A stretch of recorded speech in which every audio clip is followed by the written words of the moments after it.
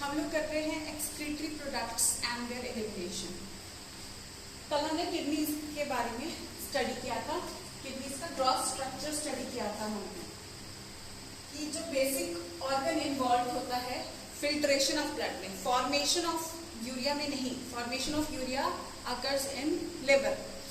तो ब्लड जब किडनीज के पास आता है तो किडनीज वो ऑर्गन है जो ब्लड को फिल्टर करके उसमें से यूरिया यानी कि नाइट्रोजनस वेस्ट को रिमूव करती हैं और एक्सेस सॉल्ट्स और एक्सेस वाटर को भी रिमूव करती हैं for the sake of osmoregulation. तो किडनीज ना कि सिर्फ एक्सक्रीशन में मदद कर रही हैं हमारी बॉडी में, बल्कि ऑस्मोरेगुलेशन यानी कि ऑस्मोलैरिटी मेंटेन करने में भी मदद कर रही हैं। Osmolarity of intracellular as well as the extracellular fluids. ठीक है बच्चों, किडनीज जो है बेटा पेयर्ड ऑर्गन्स है, बीन शेप स्ट्रक्चर्स है। पेयर्ड यानी कि जोड़ी में है, यानी कि दो है, ठीक है। और बीन शेप स्ट्रक्चर्स है, राजमा जैसा, बीन मतलब राजमा होता है, तो राजमा जैसा शेप होता है इनका। डार्क ब्राउन कलर के स्ट्रक्चर्स होते हैं और मीडियम लाइन के दोनों तरफ ये पड़े होते हैं। 11th और 12th रिब्स जो है वो इनको प्रोटेक्ट करती है। Peritoneum the membrane that covers the abdominal organs. तो ये पेरिटोनियम के पीछे होती हैं, तो रेट्रोपेरिटोनियल पोजीशन की भी अगर बात करें, सिर्फ पेरिटोनियम के पीछे नहीं, अगर एब्डोमेन रीजन में हम इनकी पोजीशन की बात करें तो ये डॉर्सल सरफेस के ज्यादा करीब होती हैं, ठीक है। देन वर्टिकल पोजीशन की अगर हम बात करें तो ये लास्ट थोरैसिक और थर्ड लंबर वर्टिब्रा के बीच होती हैं, ठीक है। और लेफ्ट किडनी जो होती है वो राइट किडनी से हल्की ऊपर की तरफ पड़ी होती है और उससे हल्की लॉन्गर होती है और नैरोअर भी होती है। और ये लेफ्ट किडनी ही थोड़ा सा मीडियम लाइन, मिडल लाइन के थोड़ा करीब होती है as compare to the right kidney. और डायमेंशन की अगर बात करें, each kidney is 10 to 12 centimetres in length, 5 to 6 centimetres in width and 2 to 3 centimetre thick. हमने क्रॉस सेक्शन इसका बनाया था, इसके बारे में भी हमने स्टडी किया था कि इसको कवर कर रहा है renal capsule which is an adipose fatty capsule, और जो इसकी प्रोटेक्शन करता है। अगर कट सेक्शन इसका ले तो इसका बाहर का पोर्शन कॉर्टेक्स और अंदर का medulla which has been divided into medullary pyramids, and the medullary pyramids are separated from each other by renal columns। और ये renal columns जो होते हैं इनको columns of Bertini के नाम से भी जाना जाता है। अब ये मेडुलरी पिरामिड से renal calyces arise होते हैं जो यूरिन को लेकर के जाते हैं, और renal pelvis में ये सारा यूरिन जब इकट्ठा हो जाता है देन ये यूरेटर्स के थ्रू पास हो जाता है और यूरिनरी ब्लैडर में कलेक्ट होता है, ठीक है। हम पूरा स्ट्रक्चर भी करेंगे, अभी ये किडनीज के बारे में। I will just rub whatever is written on the board now.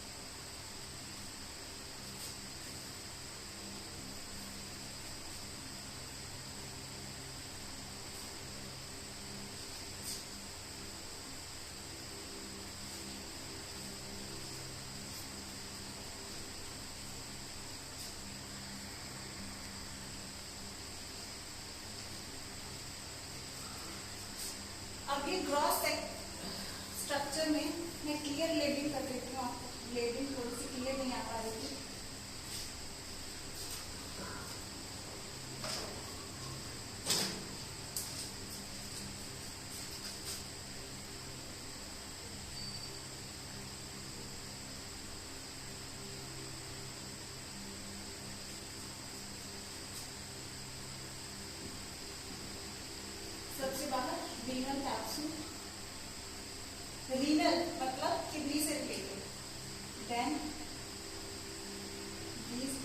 shaped structures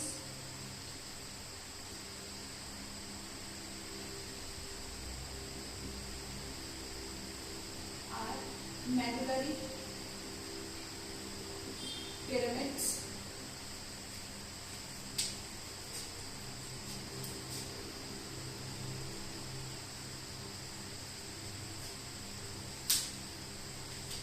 these structures that arise from the medullary pyramids are renal calyces, और कैलिसेस माइनर कैलिसेस जो हैं, छोटे छोटे कैलिसेस जो हैं, ये मिलकर के ये रीनल पेल्विस बना देते हैं और ये रीनल पेल्विस आगे यूरिन से यूरेटर में पास करेगा।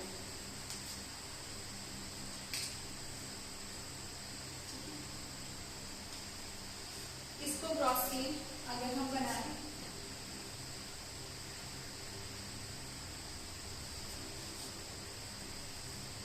paired bean shaped structures, kidneys, renal pelvis से ये यूरेटर्स में यूरिन पास हो जाएगा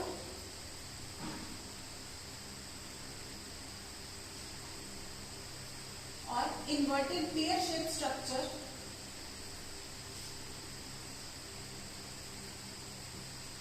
which is urinary bladder यहाँ पे चला जाएगा। ये हाइलम है जो नॉच है जिसके थ्रू ये यूरेटर्स बाहर निकल रहे हैं और इसी से कोई ब्लड वेसल्स नर्व जो भी पेनिट्रेट करेगी इसी पॉइंट से करेगी। ये अंदर की साइड हल्का नॉच सॉर्ट ऑफ स्ट्रक्चर होता है।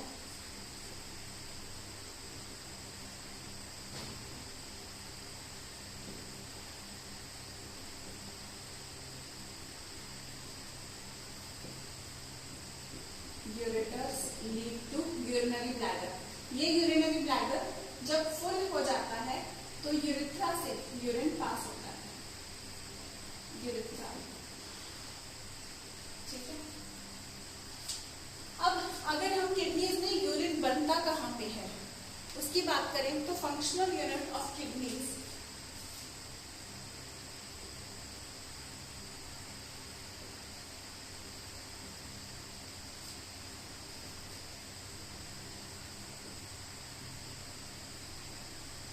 functional unit of kidneys is nephron. Functional unit of kidneys nephrons होते हैं। ठीक है। और ये नेफ्रॉन का कैसा स्ट्रक्चर होता है?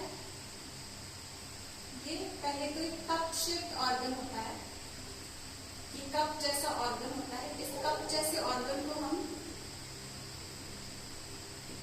बोमैन्स कैप्सूल बोलते हैं, बोमैन्स कैप्सूल बोल देते हैं। ठीक है। अब इस बोमैन्स कैप्सूल, ये ही वो कैप्सूल है जहां पे फिल्ट्रेशन होगी बेटा यूरिन की।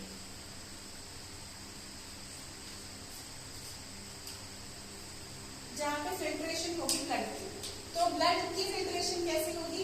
एक particular vessel, blood vessel which is artery, we call artery as that blood vessel which bring blood to the organ.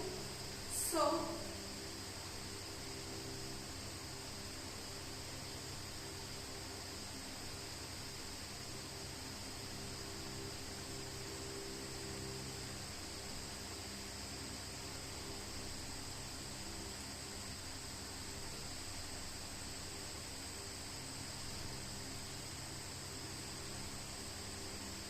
an artery brings blood और ये फिर यहाँ पे कैपिलरीज बन जाती हैं बहुत सारी, फिर ये यहाँ से लेके चली जाएगी। This is also an artery, not a when yet, अभी ये वेन नहीं होगी। ठीक है।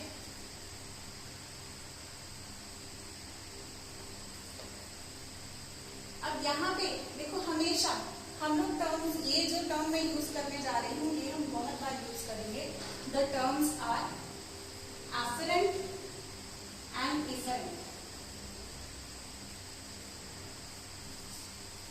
तो जो ब्लड वेसल यहाँ पे ब्लड लेके आ रही है दैट इज एफरेंट आर्टेरियो, हमेशा जो मेन ऑर्गन तक, कोई भी मेन ऑर्गन तक कोई अटैचमेंट जो आ रही है that is efferent.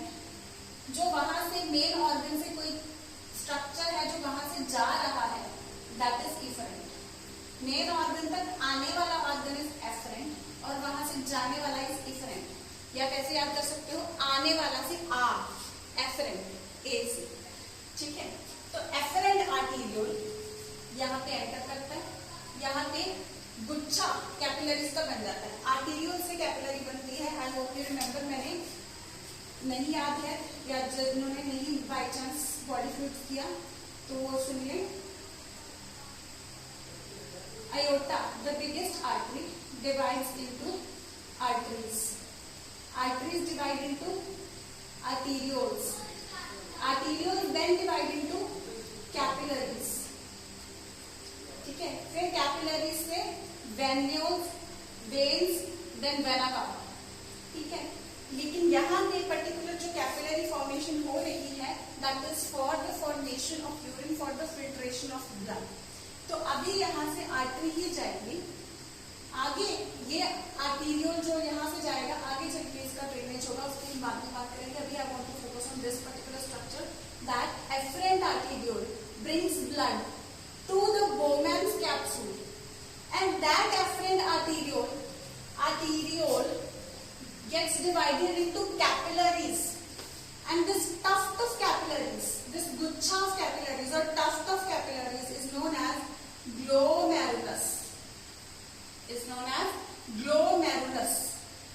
Glomerulus is the tuft of capillaries present in the Bowman's capsule for the filtration of blood.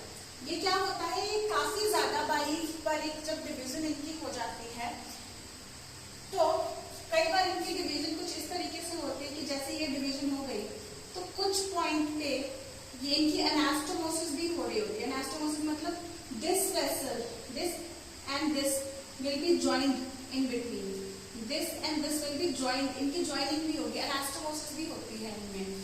और पैरेललिटी, एनास्टोमोसिस, इनका स्ट्रक्चर कुछ इस तरीके से बना होता है that what you have to understand is that ये डिवीजन इस तरीके से होती है सो दैट ब्लड एक तरीके से निचुड़ जाए, यहाँ से फिल्टर हो जाए, निचुड़ जाए।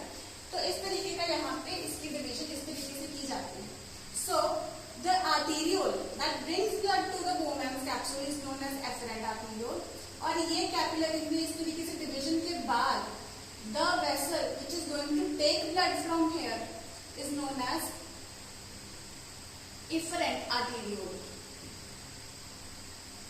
Afferent arteriole, efferent arteriole, and the structure that I have drawn till now, that is इतना structure की अगर हम बात करें, this Bowman's capsule and glomerulus, ये दो चीजें मिला के जो स्ट्रक्चर बनता है, इन दोनों को हम एक साथ मार्पीजियन बॉडी भी बोल देते हैं। मार्पीजियन बॉडी, इससे भी आपको क्वेश्चन आ जाता है कि व्हाट एग्जैक्टली इज मार्पीजियन बॉडी, ठीक है। मार्पीजियन बॉडी को रीनल कॉर्पसल भी बोला जाता है। आपको सिर्फ इतना डायग्राम भी एग्जाम में आ सकता है बनाने के लिए, इतना डायग्राम भी सिर्फ आ सकता है एग्जाम में बनाने के लिए। So this will be, so you will just draw it this much. ये बन गई मार्पीजियन बॉडी, ठीक है। मार्पीजियन बॉडी या रीनल कॉर्पसल। एक चीज ध्यान देंगे, मैंने थोड़ा ज्यादा इसको थिक बनाया है, इसको थोड़ा ज्यादा थिन बनाया है, बट अदरवाइज ऑल्सो ऑल्दो कितना डिफरेंस है उसकी हम बात नहीं करेंगे, लेकिन efferent arteriole will be much thinner as compare to efferent arteriole. और ये चीज भी कंट्रीब्यूट करेगी अच्छी फिल्ट्रेशन में। फिल्ट्रेशन इतनी हद तक स्ट्रॉन्ग होती है कि उसे हम अल्ट्रा फिल्ट्रेशन बोलते हैं। जैसे मैं आप लोगों को कोई क्वेश्चन ज्यादा इंपॉर्टेंट होता है तो आई टेल यू ना that it is ultra important, so because वो बहुत ज्यादा इंपॉर्टेंट है। So this is ultra filtration, क्योंकि बहुत अच्छे से इसकी फिल्ट्रेशन हो जाती है।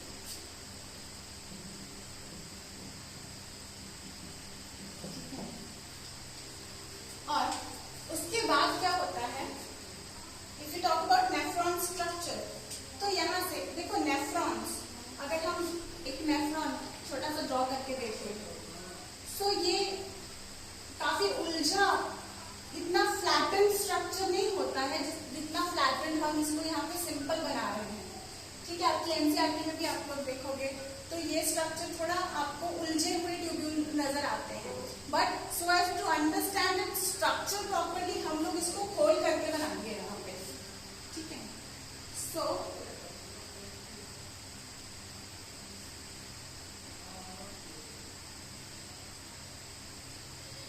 there is this one tubule,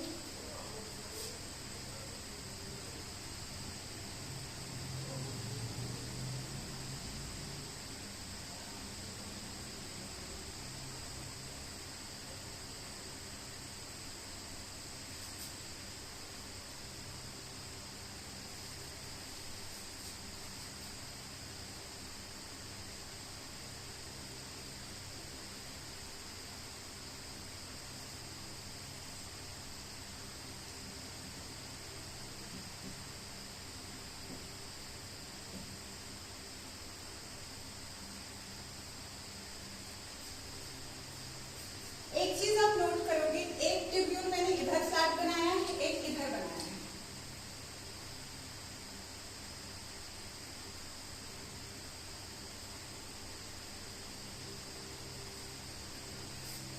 ये ट्यूब लाइक स्ट्रक्चर्स हैं, बट दे आर स्मॉल।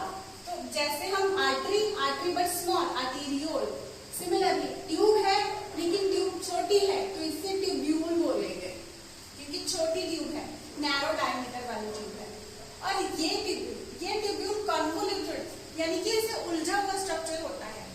क्या होता है? ट्यूब्यूल है और क्या है? कन्वोल्यूटेड होते हैं, कन्वोल्यूटेड होते हैं, लेकिन हमने खोल के बनाया है स्ट्रक्चर समझने के लिए। और दोनों ही this one as well as this one both are convoluted tubules, but if you will see this, we are calling this as the Malpighian body or renal corpuscle. Renal corpuscle मतलब kidney, corpuscle मतलब body. तो kidney के लिए जो main body जो contribute करे, this is the body, corpuscle. Corpus means body, corpuscle is a small body.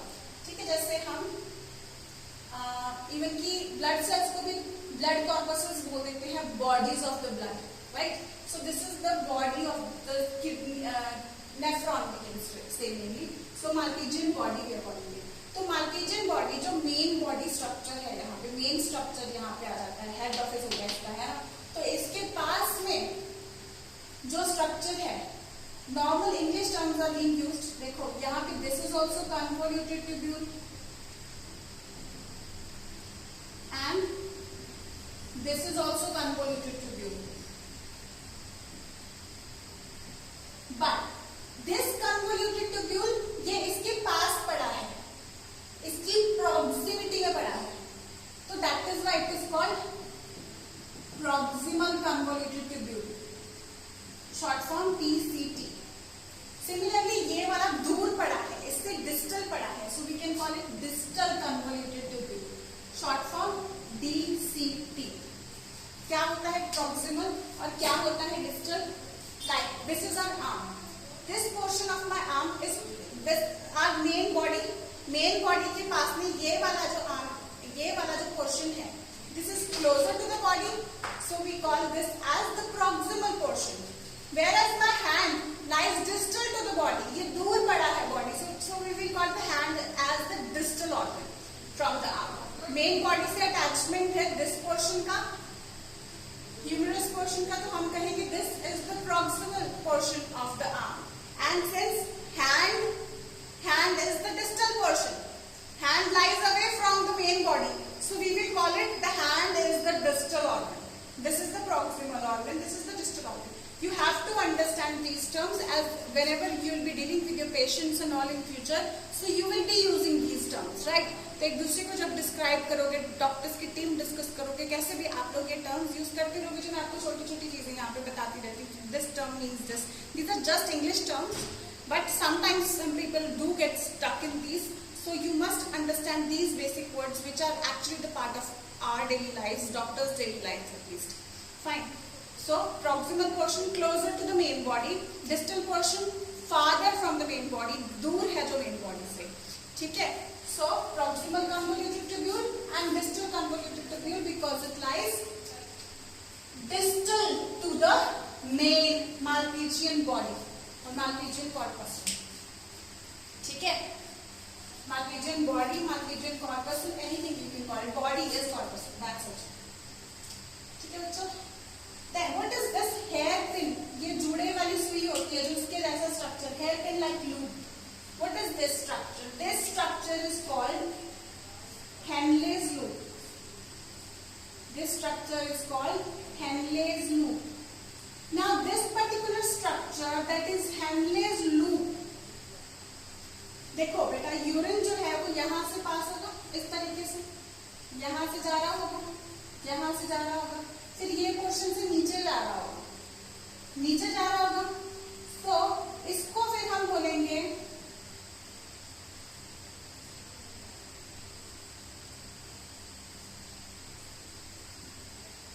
Descending limb of Henle's loop. Descending limb यानी वो लिम्ब क्या होता है?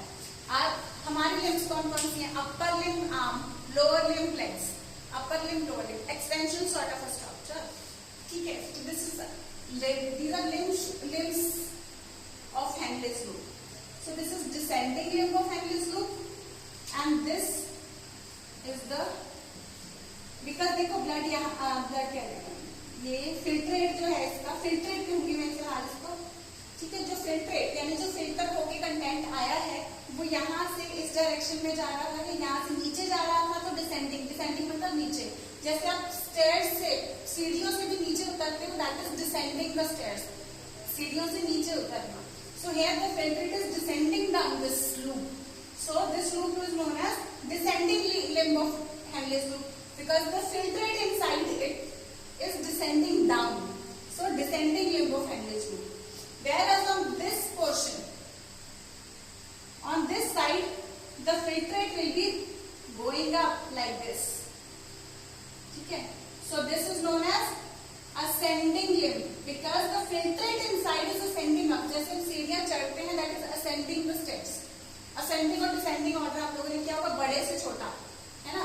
तो बड़े से छोटा भी ascending होता है, सॉरी छोटे से बड़ा इज ascending एंड डिसेंडिंग बड़े से छोटा वो भी होता है. लेकिन जब ऊपर से नीचे आते हैं उसको भी डिसेंडिंग बोलते हैं और जब नीचे से ऊपर आते हैं उसको भी असेंडिंग बोलते हैं. ठीक है. सो यहाँ ये ऊपर जा रहा है, so this is ascending limb of Henle's loop. Ascending limb of Henle's loop. So Malpighian body, proximal convoluted tubule, Henle's loop में descending limb of Henle's loop because the filtrate inside is descending down, and this is ascending limb of Henle's loop because the filtrate inside is ascending up. ठीक है. And this is then distal convoluted tubule. Now this distal convoluted tubule, this drains out into this collecting duct. This drains out into this collecting duct. Now this collecting duct, मैंने देखो collecting duct के ऊपर यहाँ पे इधर entry दिखा दी इसकी, यहाँ पे एंट्री दिखा दी मैंने कि जो ट्यूब्यूल है वो इस तरीके से यहाँ पे एंटर कर रहा है. लेकिन मैंने ये स्ट्रक्चर्स भी ड्रॉ किए हैं, तो यहाँ से आप पूछ सकते हो कि मैम यहाँ से क्या एंटर कर रहा है. Actually multiple nephrons enter a collecting duct. Multiple nephrons are entering the collecting duct. ठीक है. तो collecting duct में काफी सारे एंटर करेंगे नेफ्रॉन्स, और ये सारे काफी सारे, और इनसे भी पहले तो क्या है, multiple nephrons drain into this.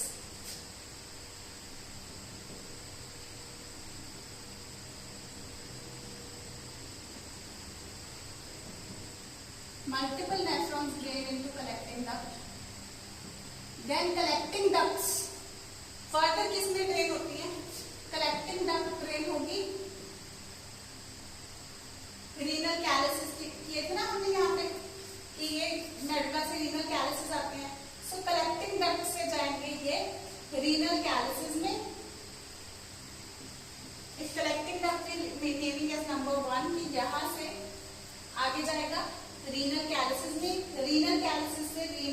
इसमें रीनल पेल्विस में आ गया, तो यूरेटर्स में, यूरेटर से urinary bladder, then urethra, then outside.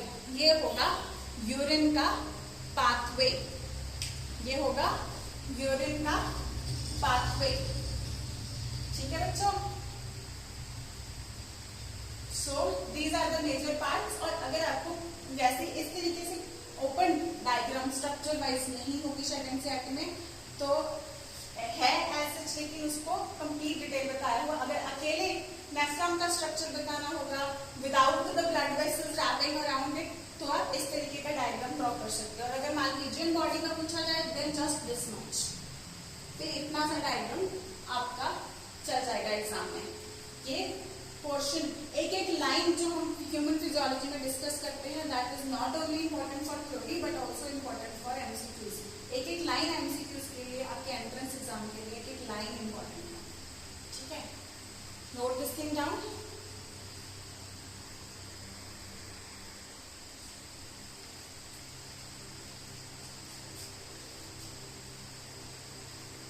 आप लोग ये स्ट्रक्चर्स को का इंफॉर्मेशन जो है लर्न करने के लिए काफी हद तक आप डायग्राम में भी with different coloured pens information add कर सकते हैं, तो ताकि आपको लास्ट में याद रहे.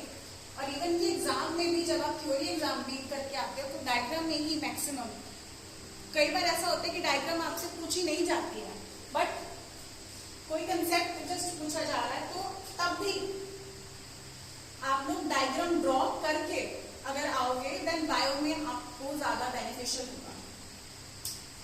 ठीक है, क्योंकि डायग्राम में ही आपके पास मौका होता है, अगर आपको कंसेप्ट क्लियर है तो आपके पास मौका होता है एग्जामिनर को जस्ट डायग्राम से बताने का that your concepts are clear. कैसे कर सकते हैं? जैसे मैंने इन दोनों को क्लब करके एक शब्द बता दिया दैट दिस इज, तो यहाँ पे हम लोग क्या कर सकते थे, इधर एरो लगा के यहाँ पे लिख सकते थे that this is Malpighian body और रीनल कॉर्पस. ठीक है, क्योंकि वहां पे उधर स्पेस नहीं थी तो I wrote it down here. Otherwise in दोनों को क्लब करके एक एरो बना के, जैसे इस तरीके की एरो बना करके आप लोग एक साथ लिख सकते हो.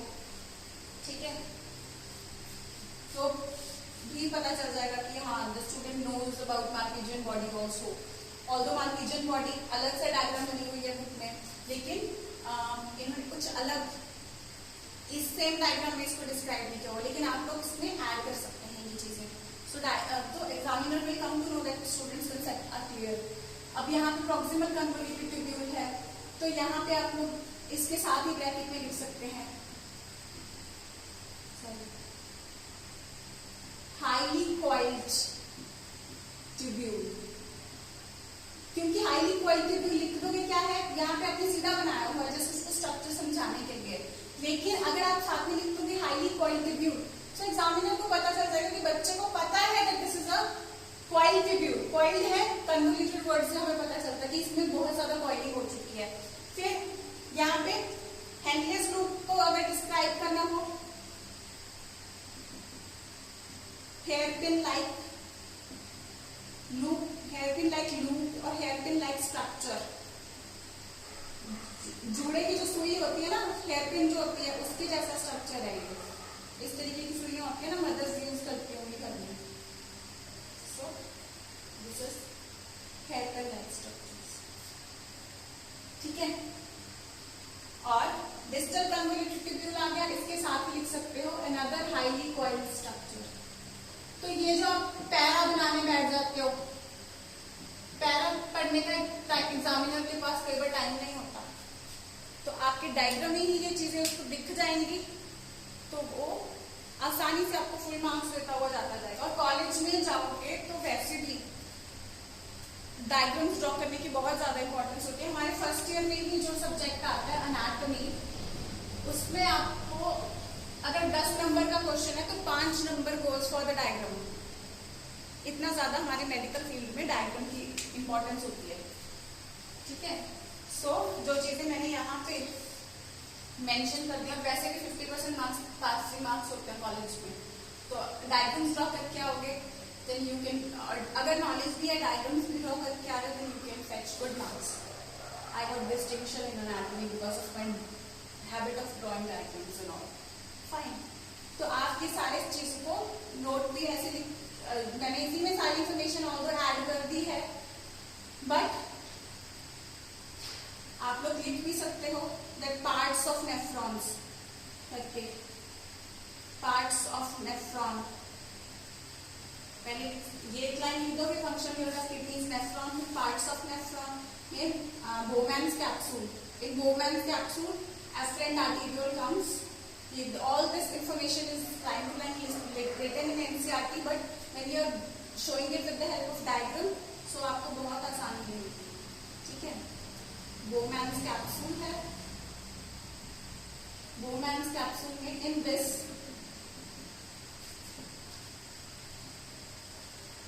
glomerular slice, इतना ही लिखना बहुत रहेगा क्योंकि डायग्राम में हमने ये चीज ऐड कर दी है। या आप लिख सकते हो efferent arteriole brings blood to it for filtration.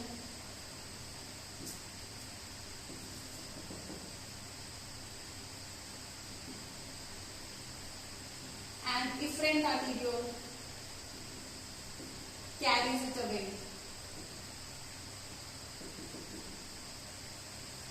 And ये चीज भी यहाँ पे नोट्स में ऐड कर सकते हो कि Bowman's capsule plus glomerulus is known as Malpighian body या renal corpus, ठीक है। Then another part PCT के बारे में लिख सकते हो, which is a highly coiled structure lying proximal to the Malpighian body. Then Henle's loop, it is a hairpin-like structure, जो लिख दिया hairpin-like structure. Then it has two loops, it has two parts, descending limb and ascending limb. फिर आगे लिख सकते हो DCT, it is the distal convoluted, it is the another highly coiled structure known as highly coiled tubule known as distal convoluted tubule, as it lies distal to the Malpighian body. Then multiple distal convoluted tubules यहाँ पे drain into multiple nephrons, drain into collecting duct. Collecting duct से pathway अगर आगे describe करना हो, renal pelvis, तो यहाँ पे मल्टीपल कलेक्टिंग डक्ट्स जाती जाएंगी, ठीक है। Multiple collecting ducts renal Kallis में जाती जाएंगी, कैलिसिस में, रीनल कैलिसिस से रीनल पेल्विस में, रीनल पेल्विस के बाद यूरेटर्स में, यूरेटर्स के बाद यूरिनरी ब्लैडर में,